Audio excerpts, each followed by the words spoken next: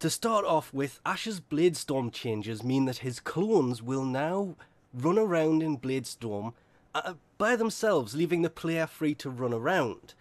You can actually join in the execution by using teleport on any of the marked enemies. You don't have to do this, you can actually just run around and leave your clones to do it while you're invisible.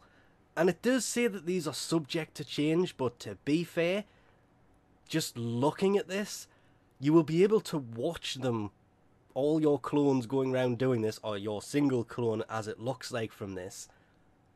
Choosing to join in was a nice touch, but just the ability to run around and you can set your clone off to do this and then continue on with the mission while remaining invisible, which is a nice touch because it does mention that there are three? Where was it? Yes. As one of three stealth frames that offer invisibility, Ashe serves as more of a offensive one, whereas Ivora and Loki not so much. I personally prefer Loki for stealth missions. If you're going stealth missions where you want to take the enemies out, yes, this is now going to be very, just insanely useful.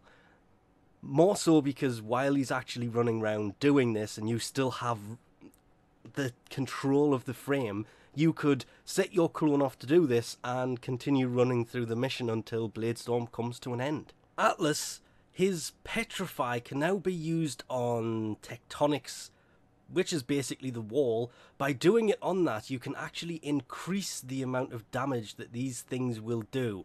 It increases the rolling velocity and damage of the...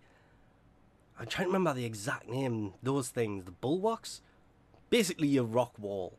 This is going to come in pretty useful.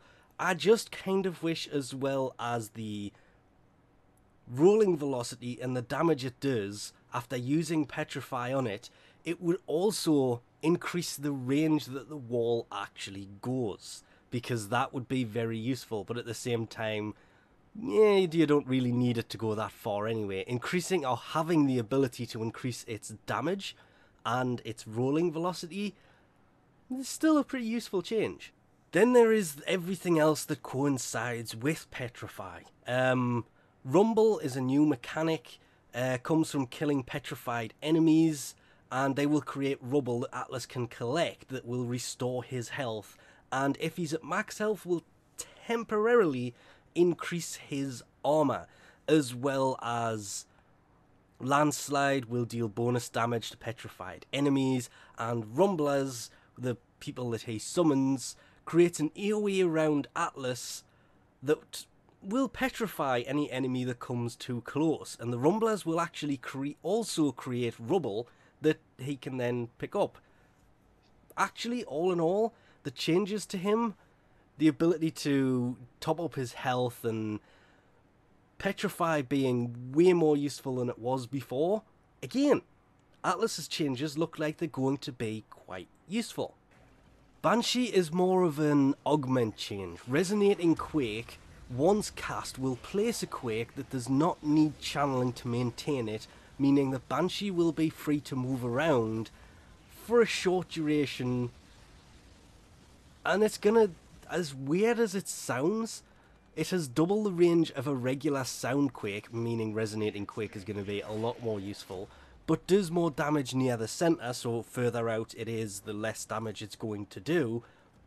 But it is going to be weirdly useful compared to what it is now, but it's also useful at the minute, so not really sure if this is a change that is actually needed. Some changes to Chroma. I've heard a lot of people saying this is a nerf and it's basically going to make him useful. Spectral Scream, they have removed the walk speed and jump restrictions, meaning that you can move almost as freely as you could beforehand while it's active. The damage output is now also affected by the Vex Armor's Fury bonus, which apparently it wasn't before. Not really sure where the nerf on this comes in, because that sounds like it's going to actually be a very useful thing to have. Quicker movement speed, always a good thing. Then there is Vex Armor, fixing a bunch of calculations with it. The boosts will now be applied before upgrades instead of after. That could be where the nerf's coming into it, making the ability constant with all other damage boosting abilities. Overshields are going to be considered for Vex armor, which not really sure how. To be fair, that could actually be really useful the more I think about it there. Ember is getting in it. This one sounds weird for World on Fire. 5 seconds after 5 seconds after casting, a percentage will begin counting up for the ability icon as it scales from 0 to 100% over 10 seconds. The ability's cast and damage will both grow to double the damage they're doing now, whereas the radius will shrink to half. That, after looking through most of these, seems to be the big nerf, because Ember's biggest problem with World on Fire is the radius keeps getting shorter and shorter and shorter. Having it half yet again after it's, or while the ability has been done, it's going to gradually go to half, as what I'm taking from this, could be wrong, but after 10 seconds, if the radius is going to be half the size it was before. Weirdly, for Gara, it's coming to mass Petrify. The wall will now scale based on the health and shields of the enemies it glazes over. Basically, it's kind of weird to explain. It's kind of self-explanatory. The wall will gain health based on the health and shields that it goes over. It's also, reading through this, there's going to be something about recent changes to mass Petrify. The ability is scalable against most of the star chart, is basically why they are doing this. Which, yes, considering I tried this against level 155 enemies and they just shot at the wall once and it popped, this will actually increase the health of the wall. This is a good thing. As for good changes, same comes with mag. Polarize, the shards created by Polarize, will now scale on power strength, which means the percentage of damage done will also scale. So those shards, I do believe, also help regenerate your shields, so that's going to be a good thing. And each stage of Crush emits a shield heal from mag, restoring shields to nearby allies. There was also a questions and answers thing at the bottom that kind of puts in there that when you use Crush, it's going to offer overshields as well. This is actually a huge thing. Mag creating overshields, she has an augment that does that very effectively for Polarize. Having it on Crush as well, just built into Crush, you don't have to use an augment. It's going to bring Mag back up to date and make her more useful than she was before. Having the Polarize also scale, same thing. It's going to make her a lot more useful. Actually, a lot of this seems to be based on increasing the output, or what's the best way to put it? Scaling it. So the enemies you go up against, the frames will scale to it. Volt is not different to this. Discharge has had, or going to have, the damage cap removed, increasing the base damage output from 750 to 1200. Meaning it's obviously going to do more damage before mods.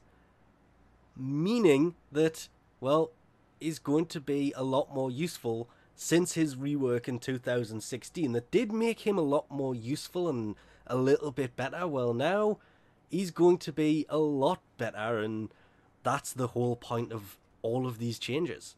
And lastly, we come to Zephyr. Tailwind is going to be combined into a single ability with Dive Bomb. Airburst is going to be a new ability replacing Dive Bomb. It's going to be a projectile that causes an AoE burst on contact. Kind of good, because to be fair, Dive Bomb doesn't really do that much. And Tornado will now spawn where player is aiming and can be steered. We'll go into more when this comes out for Zephyr, because there are some big changes coming to Zephyr and I'm really interested to see what they do. But just from these small changes to her abilities, and to be fair, changing Dive Bomb for Air Burst are going to make her, I don't want to say more usable, but Tailwind's description actually says, and I did mention this at the beginning, combined into a single ability with Dive Bomb can be cast on the ground, launching Zephyr into the air where she will then dive to the ground using Dive Bomb. So Dive Bomb isn't really going, it is just being combined into the first ability, Tailwind, and Air Burst will then be a new ability to replace Dive Bomb. This will be good because Dive Bomb is probably the least used ability in the game, because I don't tend to use it that much. To be fair, if they still had it where you had to put mods in for abilities, yeah, I wouldn't even have it in there because it's not that useful. Airburst, it does sound way more useful. Whether the changes are effective or not, obviously we have to wait until these have come. A lot of these, and it does state, these are all subject to change, as they always are. They are still working on these. These are upcoming changes, not actively changed already. So, looking forward to how things go with this, and how things are going to play out. But this does look like it's attempting to scale abilities that, well, a lot of these frames were created before there were the ability to have a level 80 plus enemies was really a thing. There was only certain times during events and such we had such high level enemies. Well, the trials are in here, so those are fairly high level. Sorties are in there, they can be fairly high levels. So scalability is a thing that is finally coming to a lot of frames, and just because they're doing it to these, they will probably do it to more in the future, but obviously we will find out when they actually do those in the future. For now though, we'll leave this off here for now because this is getting fairly long. As always, thanks for watching, and I'll catch yous next time.